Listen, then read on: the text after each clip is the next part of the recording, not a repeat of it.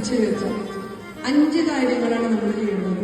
ആദ്യത്തെ കാര്യം, എങ്ങനെയാണ് ഒരു സമൂഹം സന്തോഷത്തിലേക്ക് പോകുന്നത്? എന്ത് സന്തോഷത്തിലേക്ക് പോയാലാണ് ഒരു സമൂഹം സന്തോഷത്തിലേക്ക് പോകുന്നത്? ലോകമല്ല, കുടുംബങ്ങൾ അല്ലേ? എല്ലാ കുടുംബങ്ങളും കൂടുന്നതല്ലേ സൊസൈറ്റി അല്ലേ? അപ്പൊ ആദ്യത്തെ പഞ്ചപരിവർത്തനിൽ ആദ്യം നമ്മൾ പറയാൻ പോകുന്നത് എന്താ? കുടുംബത്തിലെ സന്തോഷം.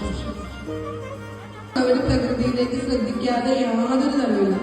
ഈശ്വര വിശ്വാസികളുടെ ലക്ഷണം തന്നെ പ്രകൃതിയെ ശ്രദ്ധിക്കുക എന്നുള്ളതാണ്. പ്രകൃതിയെ നമ്മൾ എത്രത്തോളം നശിപ്പിക്കുന്നുണ്ടെന്ന് നിങ്ങൾ തന്നെ ആലോചിച്ചു. ഒരു പൂവെടുത്തിട്ട് അതിന്റെ ഭംഗി നോക്കിയിട്ട് എത്ര നാളായി അറിയാമോ? ഭൂതയജ്ഞം എന്താണ്? എന്റെ വീട്ടിൽ എന്റെ അമ്മ എനിക്ക് ചോറ് തരും, എന്റെ മോന് തരും. ഞങ്ങളുടെ കോമ്പൗണ്ടിൽ ഒരു കോഴിനെ കിട്ടില്ല. അവർക്ക് അങ്ങനത്തെ മൃഗങ്ങളെ നമ്മൾ സ്നേഹിക്കണ്ടേ? മനുഷ്യന് എന്താ പ്രത്യേകത? ചിലര് കണ്ടിട്ടുണ്ടോ? പട്ടിക്ക് ഭക്ഷണം കൊടുക്കും, പ്രാവിന് കൊടുക്കും, ഉറുമ്പിന് ഭക്ഷണം കൊടുക്കുന്ന ആളുകളുണ്ട്.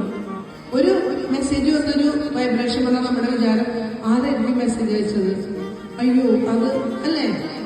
അതിലേക്ക് അത് പതുക്കെ മാറ്റി വെക്കുക. എന്നിട്ട് കണ്ണടച്ചിരുന്നൊരു ഗ്രൂപ്പിന്, ഒരു സമൂഹ പ്രാർത്ഥനയോ മിണ്ടാതിരുന്നാൽ മതി. സമൂഹമായിട്ട് നമ്മൾ മൗനത്തിലിരുന്നാൽ പോലും അതിനൊരു എനർജി ഉണ്ട്. നമ്മുടെ കാര്യങ്ങൾ, നമ്മുടെ വ്യക്തിപരമായ കാര്യങ്ങളാണ്. ഇത് തന്നെ പല രീതിയിലും യോഗത്തിലും പല ശാസ്ത്രങ്ങളും പറയുന്നുണ്ട്. സ്വാധ്യായം പറയുന്നുണ്ട് യോഗത്തിന്. അതും ഇത് തന്നെ. സ്വാധ്യായം എന്ന് പറഞ്ഞാൽ സെൽഫ് സ്റ്റഡി, നമ്മളെ കുറിച്ച് പഠിക്കുക. നമ്മളെങ്ങനെയിരിക്കണം, ഇപ്പോ നമ്മുടെ മുഖം എങ്ങനെ ഇരിക്കണേ? ആരെങ്കിലും നോക്കണുണ്ടോ? ഇല്ല. പ്രത്യേകിച്ച് സ്ത്രീകളൊട്ട് നോക്കാം. നമ്മുടെ കൂടുതൽ സ്ത്രീകളുണ്ട്.